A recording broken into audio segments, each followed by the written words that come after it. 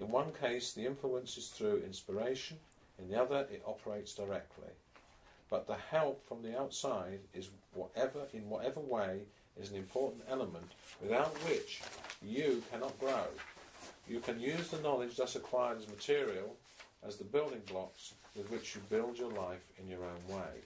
So, you see, you cannot get beyond the fact that you need to find some way of quietening your mind, whichever you choose. Everybody has different ways, so that you at least get some idea, even if it's just a yes or a no. You start with a gentle yes or a no when you can't decide. When you have problems and you're in decision and you're in conflict, you shouldn't really suffer that conflict and indecision for too long. You should be ready increasingly to go to the silence where you're not applying thought.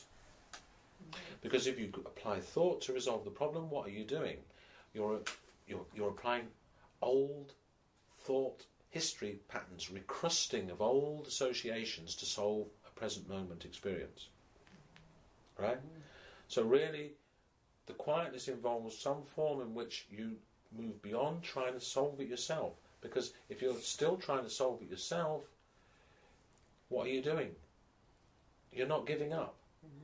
You're still applying your limited knowing. Okay? Yeah. Yes. Well, that's a question then. Are you saying that it's almost it's guaranteed that if you're in the silence, you will get the answers? How confident are you that would happen? Because that's what I'm sort of thinking. Well, it's not how confident I am, is it? No, I was worried. You're the salesperson. No, not the sales. I want to be told for knowing. I want to know before I start the journey. Yeah. Who wants answers? No, this journey starts for you when your thinking journey avails you nothing any further. When you reach a point of it's not satisfying you. When you're doing it by yourself, which is the starting point. I will do it myself. I will do it. I will prove myself worthy. Right? And through that, I will be happy.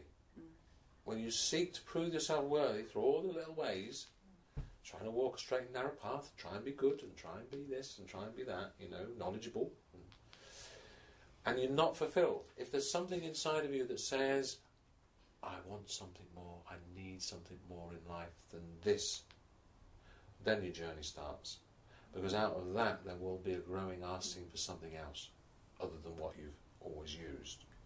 And the growth and the confidence as you move along that path is an association with the fact that there is something there that supports you. If you're prepared to do the work of coming away from your old encrusted thought patterns into what? Curiosity always. Curiosity and listening always will take you home.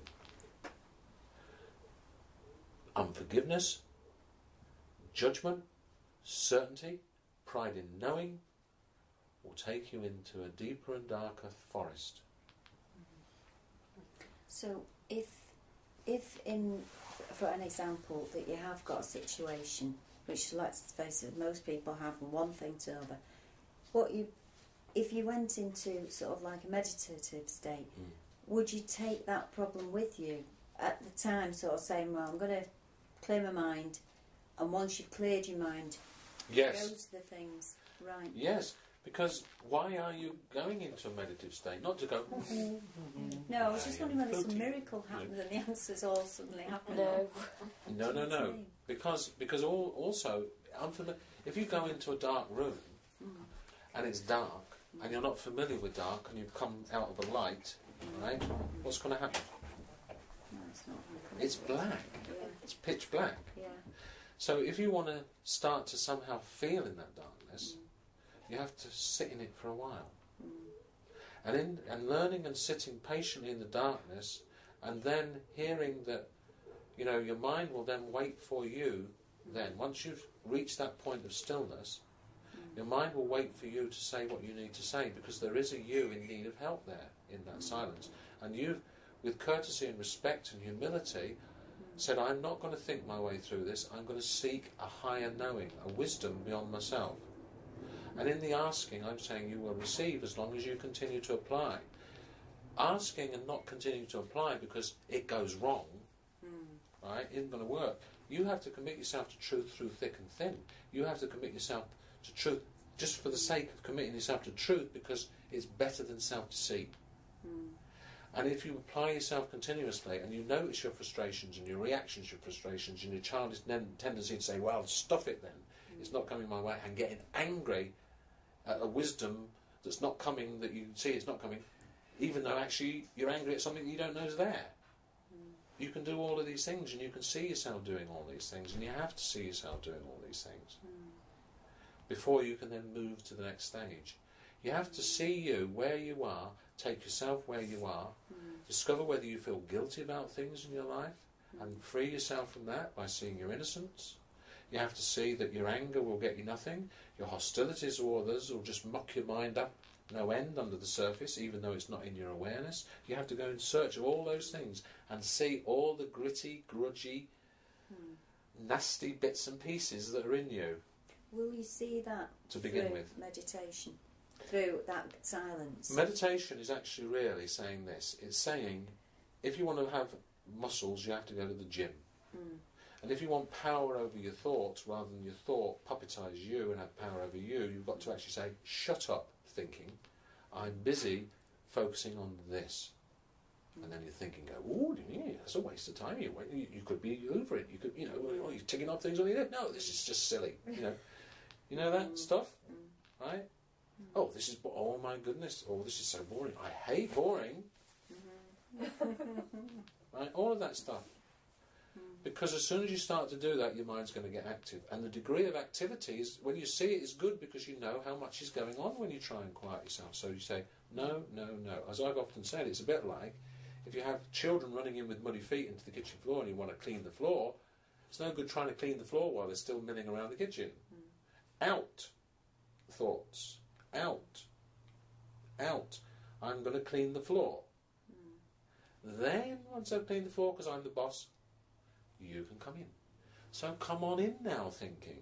Come in, you, the one that tends to be thinking about this and worrying about that.